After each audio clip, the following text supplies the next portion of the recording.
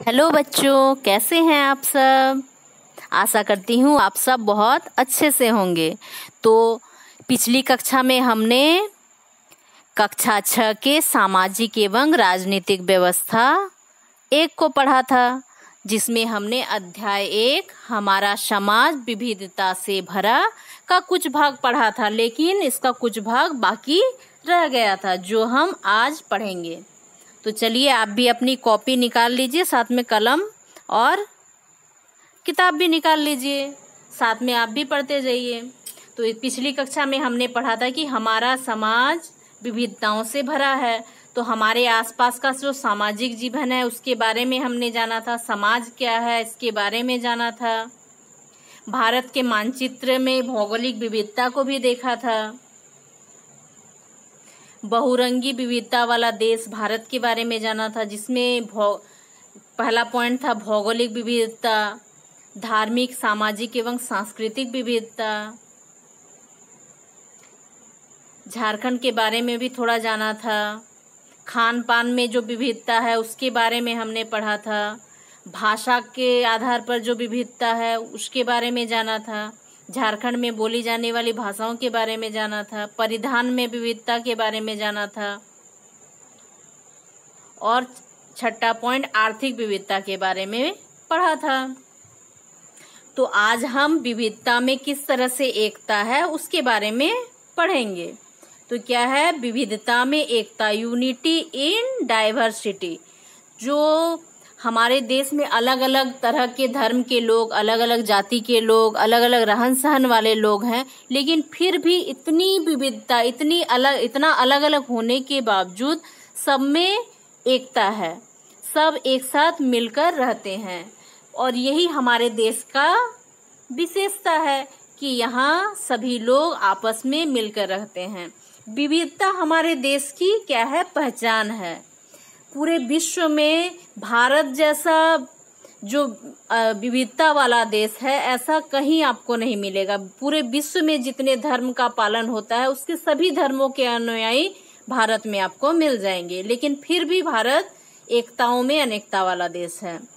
यहाँ की एकता देश की सबसे बड़ी एकता एवं विशेषता है।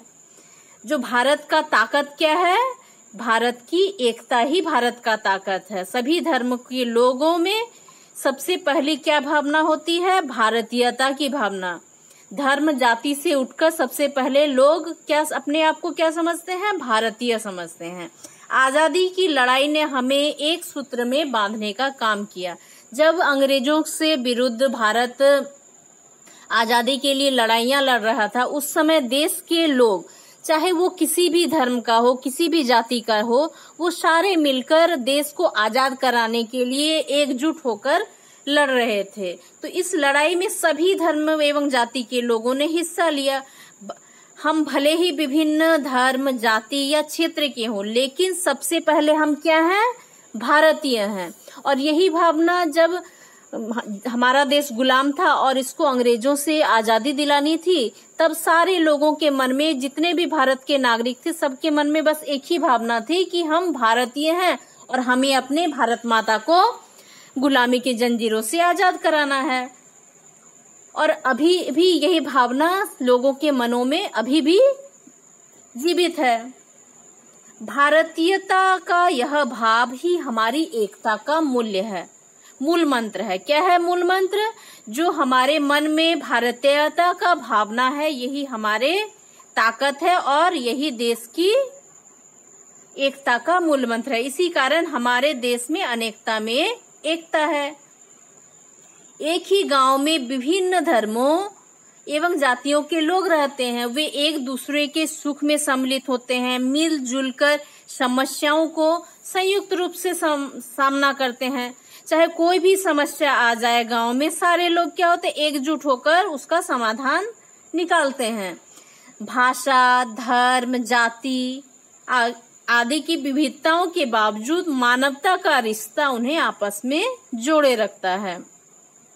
धर्म बाद में है और मानव का इंसानियत या मानवता क्या है, लोगों में पहला काम करता है। और इसी कारण से लोगों को आपस में जोड़कर उनका रिश्ता और गहरा होता है और उन्हें आपस में जोड़ के रखता है।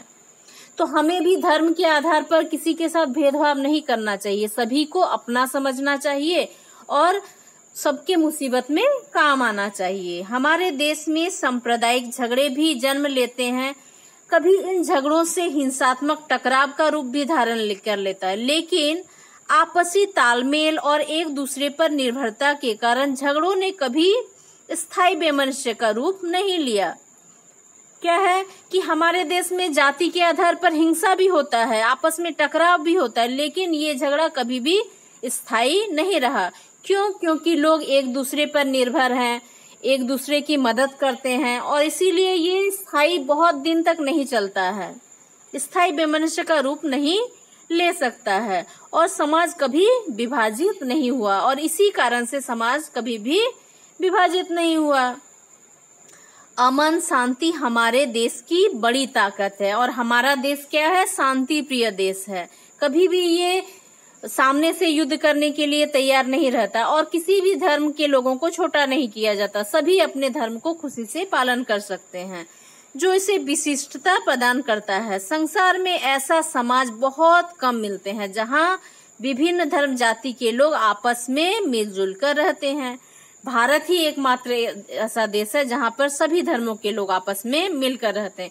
ऐसा देश आपको दूसरा नहीं मिलेगा। खुद को उन्नत एवं सभ्य समझने वाले यूरोपीय देशों में सामाजिक एवं सांप्रदायिक सौहार्द का भावना बहुत ही उदाहरण जो है वो बहुत ही कम मिलता है। क्या है? यूरोपीय देश क्या है? बहुत ज्यादा सभ्य है, डेवलप्ड है, लेकिन फिर भी ऐसा जो सांप्रदायिक भावना, एक दूसरे से साथ मिलकर रहना, ऐसा जो उदाहरण है बहुत कम ही मिलेगा।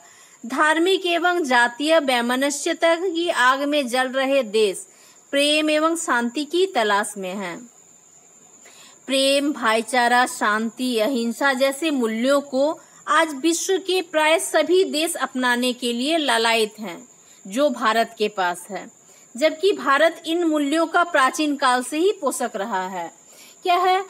युद्ध क्या होता है? हमेशा विनाशक होता है और युद्ध का कारण कभी कभी ये सांप्रदायिक हिंसा भी हो जाता है। इसीलिए सारे देश हमेशा ये चाहते हैं कि उनके देश में भी क्या है? शांति, भाईचारा, प्रेम, अहिंसा ये सब हो। लेकिन भारत क्या है? ये प्राचीन काल से भारत की परंपरा चली आ रही है कि लोग आपस में मिलकर रहे, अहिंसा को पालन करें। अतः ऐसी स्थिति में भारत विश्व का नेतृत्व करने में भी सक्षम है। हमारे देश का संविधान सभी नागरिकों के बीच न्याय, स्वतंत्रता, समानता और बंधुत्व की बुनियाद पर आधारित है। जो हमारे संविधान में मूल चीजें हैं वो क्या है? न्याय है, स्वतंत्रता है, समानता है और बंधुत्व है। तो ये सारे मूल्य ऐसे मूल्य हैं जिसके कारण लोगों को आपस में जोड़ के रखता है, उनके बीच दरार नहीं पड़ सकता। इन मूल्यों को संविधान की प्रस्तावना में भी शामिल किया गया है। प्रस्तावना क्या है?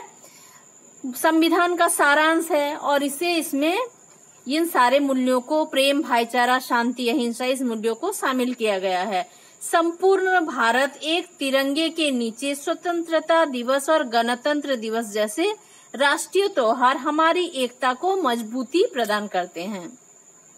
और हमारे दो राष्ट्रीय पर्व हैं, स्वतंत्रता दिवस, गणतंत्र दिवस, और ये क्या होते हैं? सभी लोगों के मन में देश प्रेम की भावना को बढ़ाते रहते हैं। राष्ट्रीय गान जनगण मन का गायन सभी भारतीयों को एक साथ करता है।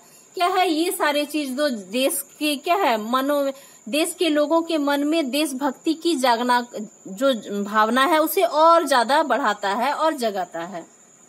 यहाँ देखिए इप्टा की पुस्तक में विरासत के संभार से कुछ लिखा गया है, प्रेम धवन के द्वारा लिखा गया है। इसे आप याद करेंगे, मिलके चलो। ठीक है, ये बहुत ही सुंदर सी कविता है जिसे आप पढ़ लेंगे और याद कर लेंगे। ये वक्त की आवाज है, मिलके चलो, ये जिंदगी का राज है, मिलके चलो, मिलके चलो, मिलके चलो, मिलके चलो। आज देश की रंजिशें मिटा के आओ, आज भेदभाव सब भुला के आओ। आजादी से है प्यार जिन्हें देश से है प्रेम, कदम कदम से और दिल दिल से मिला के आओ। ये भूख क्यों, ये जुल्म का है क्यों जोर क्यों, ये जंग जंग जंग का शोर क्यों। हर एक नजर बुझी बुझी, हर एक दिल उदास, बहुत फरेब खाए अब फरेब और क्यों, मिलके चलो मिलके चलो मिलके चलो। तो ये क्या है, एकता की भावना को दर्शाने वाला एक कविता है, बहुत ही सुंदर कविता है, इसे आप याद कर लेंगे। तो इस तरह से समझा आपने कि हमारे देश की असली ताकत क्या है, हमारे मन में भारतीयता की भावना, देश प्रेम। गांव गांव की कहानी क्या है, गांव गांव की क्या कहानी है, देखिए झारखंड के गांवों में आपसी भाईचारे का बढ़िया नमूना देखने को मिलता है। क्या मिलता है, प्राय हर गांव में कई जाति धर्म के लोग आपस में मिलजुल कर रहते हैं। यहाँ के गांवों में मनाए जाने वाले रामनवमी एवं मुहर्रम का पर्व सांप्रदायिक सौहार्द का अनुपम उदाहरण है। रामनवमी का जुलूस या फिर मुहर्रम का ताजिया पूरे गांव में घुमाया जाता है। गांव के सभी लोगों की सहभागिता इसमें होती है। हजारों की संख्या में उपस्थित जनसैलाबों में कोई अंतर नहीं रह जाता। इन दोनों अवसरों पर सभी भेदभाव भुला दिए जाते हैं और पूरा गांव एक ही रंग में रंग जाता है। तो हिंदुओं का एक विशेष पर्व है रामनवमी और मुसलमानों का एक विशेष पर्व है मुहर्रम, और इसमें इन दोनों जो त्योहार है उसमें जुलूस निकाला जाता है। और इन जुलूसों में जो झारखंड के छोटे छोटे गांव है उसमें क्या है कि सभी, चाहे मुहर्रम हो या फिर रामनवमी हो, सभी लोग आपस में मिलकर जुलूस निकालते हैं और उसमें सभी लोग शामिल होते हैं। तो इससे क्या पता चलता है कि सभी लोगों के बीच में प्रेम है और उनके बीच में धर्म को लेकर कोई भेदभाव नहीं है, और यही भावना सभी के मन में होनी चाहिए। देखिए यहाँ रामनवमी का जुलूस का दृश्य दिख रहा है, कितने लोग हैं, हजारों की संख्या में लोग निकले हैं। और यहाँ क्या दिखा गया, मुहर्रम का ताजिया का दृश्य है। तो ये क्या है, चाहे मुहर्रम हो या फिर रामनवमी हो, सारे लोग चाहे हिंदू हो मुस्लिम हो एक साथ मिलकर इसे मनाते हैं, क्योंकि ये क्या है, आपसी सौहार्द का प्रतीक है। इसको लेकर धर्म में विविधता नहीं करनी चाहिए, सारे धर्मों का अपना महत्व है। झारखंड के प्रमुख मेले विविधता में एकता की एक अनूठी झलक क्या है, श्रावणी मेला। झारखंड के जो प्रमुख मेले हैं उनके नाम है और वो कहाँ लगते हैं उसके जगह के बारे में दिया है। जैसे श्रावणी मेला देवघर में लगता है, हिजला मेला दुमका में, मुडमा मेला मुडमा रांची में, रथ मेला जगन्नाथपुर रांची, रामरेखा धाम मेला सिमडेगा, सूर्यकुंड मेला हजारीबाग, उर्स मेला रांची। इसे आप नोट कर लेंगे और इसे याद भी कर लेंगे, ये भी इम्पोर्टेंट है। तो इस तरह हमने चैप्टर को समझा और आप इसे बार बार पढ़ेंगे। देखिए यहाँ कुछ जानने योग्य शब्द है, जैसे धार्मिक, धार्मिक का इंग्लिश में कहते हैं रिलीजियस, भौगोलिक जियोग्राफिकल, अनुसूची शेड्यूल, गांव विलेज, परिधान ड्रेस, त्योहार फेस्टिवल, नृत्य डांस, समाज सोसाइटी। ठीक है, इस तरह से क्या है आप सारे शब्द को याद कर लेंगे। और देखिए एक शब्द यहाँ दिया गया है स्वरोजगार, जो आगे आया था। तो अपने जीविकोपार्जन के लिए व्यक्ति के द्वारा किए जाने वाला खुद का व्यवसाय स्वरोजगार कहलाता है। जीविकोपार्जन क्या, अपने परिवार को चलाने के लिए जो व्यक्ति काम करता है उसके लिए अपने खुद का व्यवसाय जब चलाता है तो उसे क्या कहते हैं, स्वरोजगार कहते हैं। तो इस तरह से इसे आप नोट कर लेंगे जानने योग्य शब्द को और इसे याद कर लेंगे। देखिए आगे क्या है, कुछ प्रश्न दिए हुए हैं। जैसे यहाँ है रिक्त स्थानों की पूर्ति करें। तो पहला प्रश्न है डैश संसार का सबसे बड़ा लोकतांत्रिक देश है, तो कौन होगा, भारत। क्या है, भारत संसार का सबसे बड़ा लोकतांत्रिक देश है। दूसरा नंबर है मेघालय में देश दुनिया में सर्वाधिक वर्षा वाले क्षेत्र के रूप में जाना जाता है, तो वो होगा मेघालय में मासिन राम दुनिया में सर्वाधिक वर्षा वाले क्षेत्र के रूप में जाना जाता। तो यहाँ पे क्या भरेंगे, मासिन राम, और इसमें भारत। आगे देखिए इसके बाद है सरहुल, 3 नंबर में है सरहुल देश राज्य में मनाया जाता है। तो सरहुल कहाँ मनाया जाता है, झारखंड राज्य में, यहाँ भरना है झारखंड। संथाली भाषा संविधान की डैश सूची में अनुसूची में शामिल है। तो क्या हो जाएगा यहाँ 8वीं, यहाँ क्या होगा 8वीं अनुसूची में शामिल है। फिरन क्या है 5 नंबर है, फिरन डैश राज्य का पारंपरिक परिधान है। तो फिरन जम्मू कश्मीर राज्य का पारंपरिक परिधान है। इस तरह से देखिए आगे है 2 नंबर में है अ में नृत्य दिया हुआ है और ब में राज्य दिया है। जैसे पहला है भांगड़ा, तो भांगड़ा का क्या होगा पंजाब होगा, भांगड़ा होगा 2 नंबर पंजाब। छऊ, छऊ कहाँ का नृत्य है, छऊ है झारखंड का, इसे आप नोट कर सकते हैं अपनी कॉपी में। तीसरा है भरतनाट्यम, भरतनाट्यम कहाँ का है, भरतनाट्यम है तमिलनाडु, 5 नंबर से मिलान करेंगे, ये मिलान आप कर लीजिए। चांगलो कहाँ का है, इसके बाद डी नंबर में है चांगलो, चांगलो है नागालैंड का, चांगलो कहाँ का है नागालैंड का। और गरबा कहाँ का है, ई नंबर गरबा है गुजरात, गुजरात गरबा। और उत्तर प्रदेश का ऑप्शन यहाँ नहीं दिया गया है। तो ये आप नोट कर लीजिए, देख लीजिए इसको, आप पोज करके इसको लिख सकते हैं।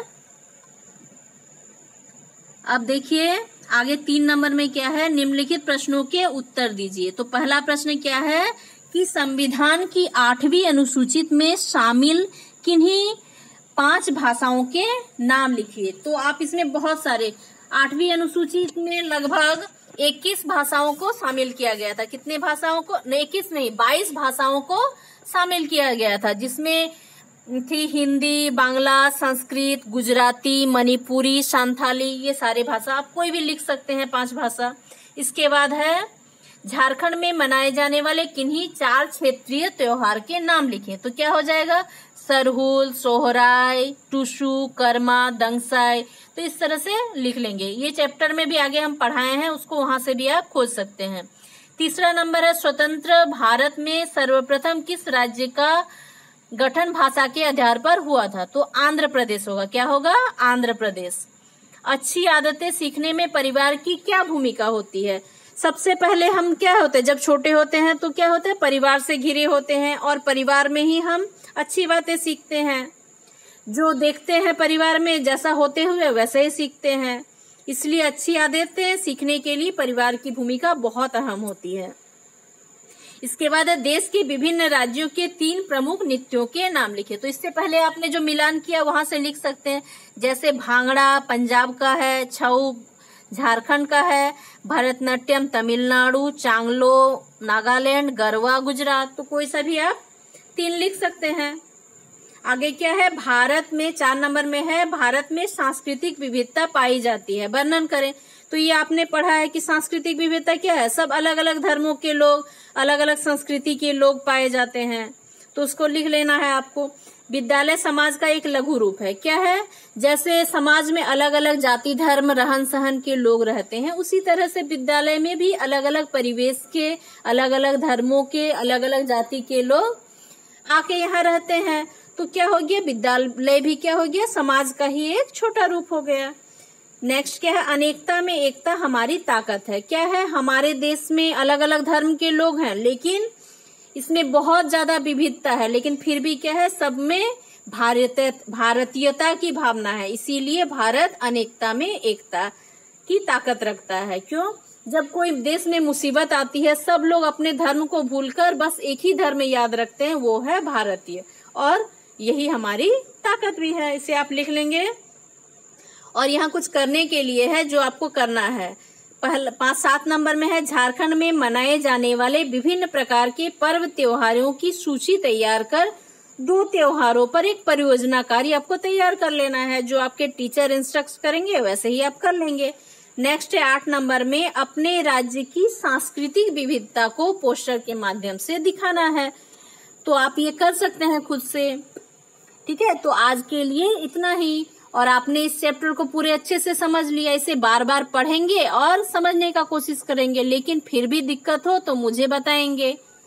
और बाकी मेरे वीडियो को, बाकी चैप्टर को आप पाने के लिए मेरे चैनल को सब्सक्राइब कर देंगे, जिससे आपको सारे चैप्टर मिल जाएंगे।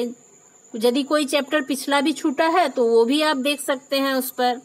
तो आज के लिए इतना ही, धन्यवाद।